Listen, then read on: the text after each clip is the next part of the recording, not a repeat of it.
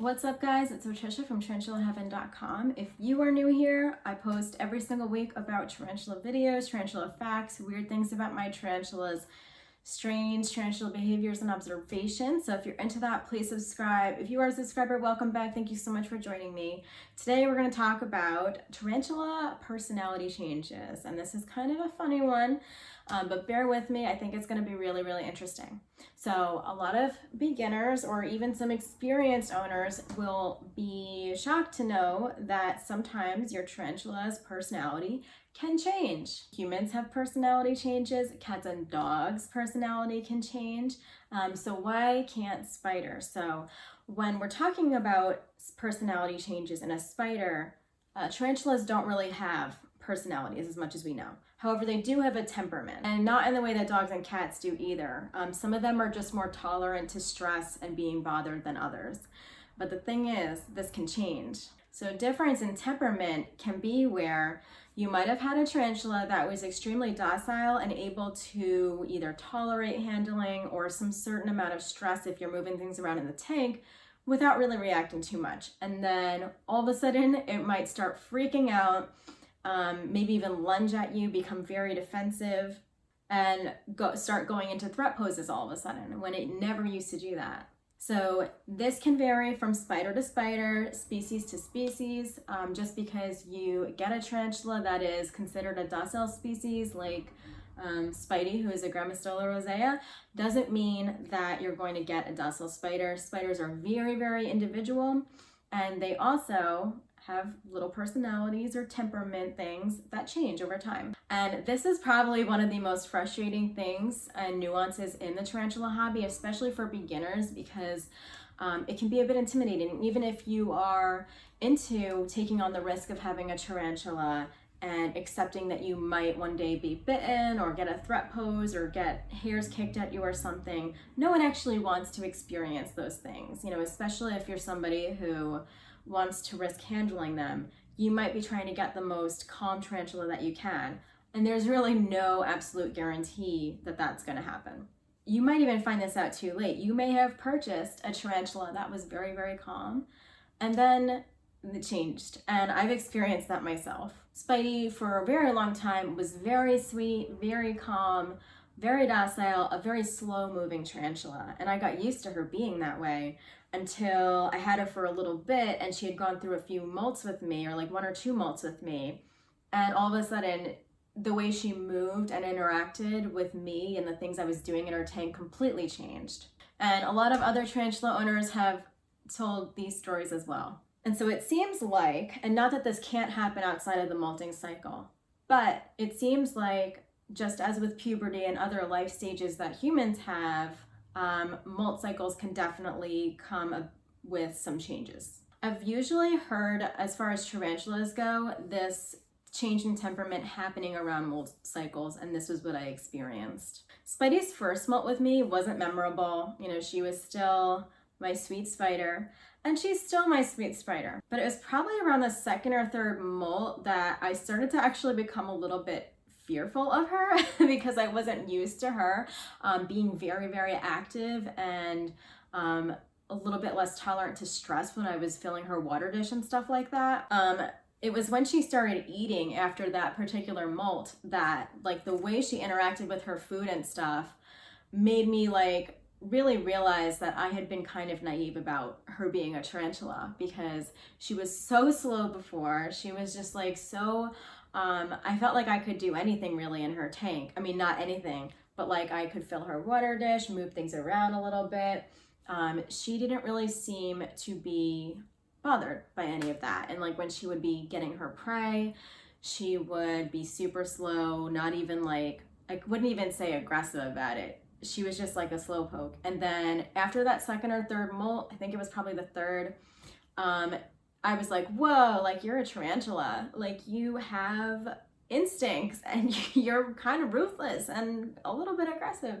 And she was like a machine. She was just eating a lot and going after her prey, which was pretty cool actually to watch, because I was like, oh wow, I thought my spider was broken, but she's not. And I could kind of relate to more tarantula owners in that way.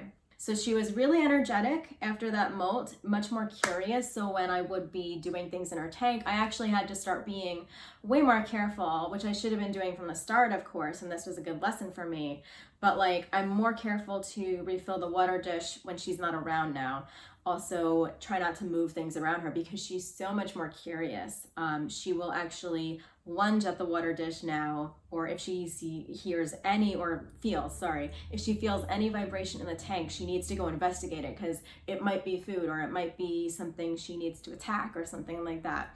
And like, I know that makes her sound like she's bloodthirsty. She's totally not. And tarantulas are not even like that. It's just instinctual drives to keep their environment safe or get food and things like that. So she kind of had a shift in her temperament and the way she was interacting with things in her tank. You know, it seemed like after that molt, her instinctual drives were much stronger, and she was like spending a lot less time in her resting phase where she usually would be. And so those changes might just be being like post-molt. We all know that takes a ton of energy from these guys.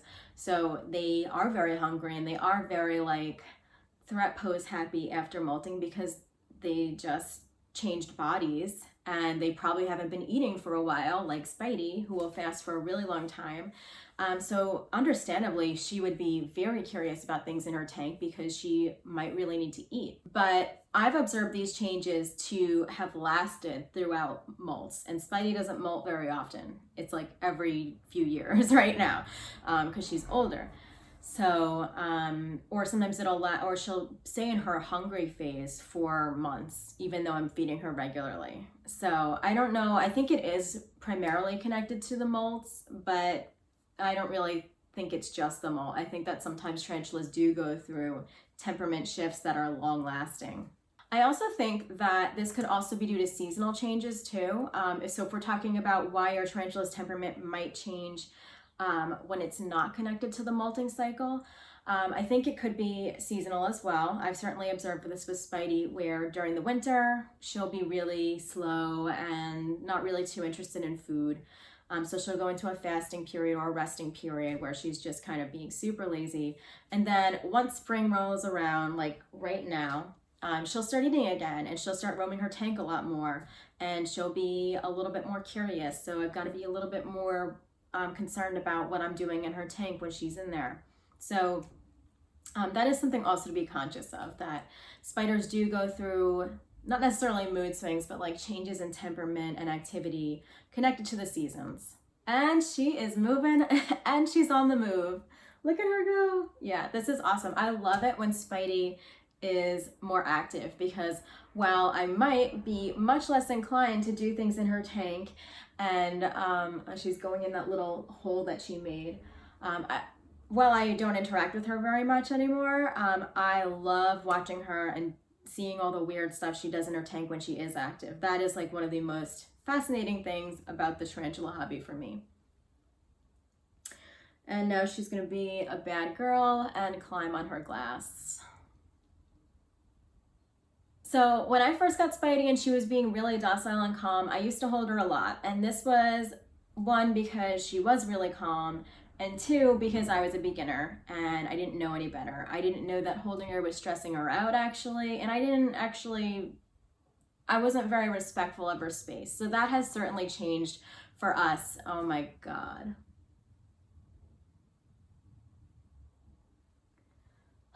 So that has certainly changed for us, especially now that she's a lot more active and a lot more curious. I'm worried that if I try to handle her now or try to pet her or something like that, she might bite me or kick hairs at me. So for the last few years, I've rarely held Spidey.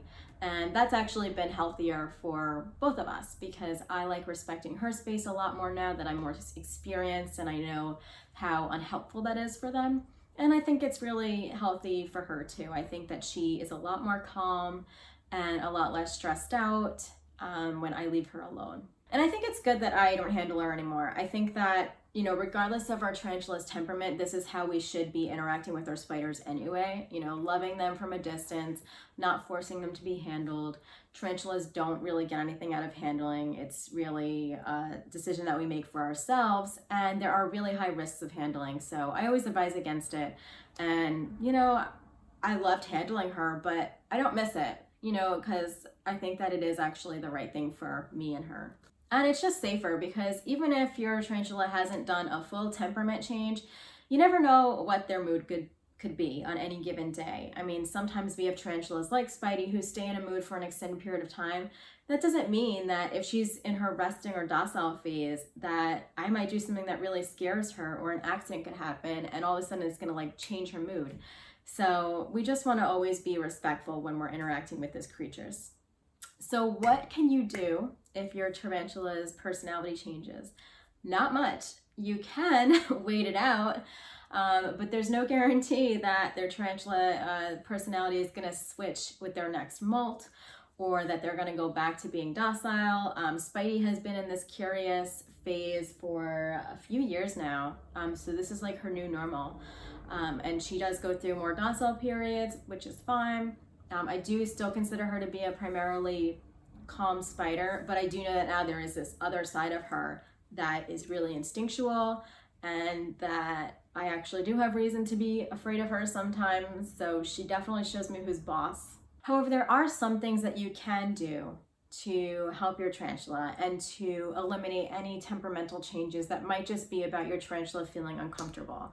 So making sure they always have food, water, and that there's nothing bad going on in their tank, like for instance, that there's no prey running around that might be irritating them, or that there's no decorations that might be irritating them, or that their substrate's incorrect, so that might be irritating them.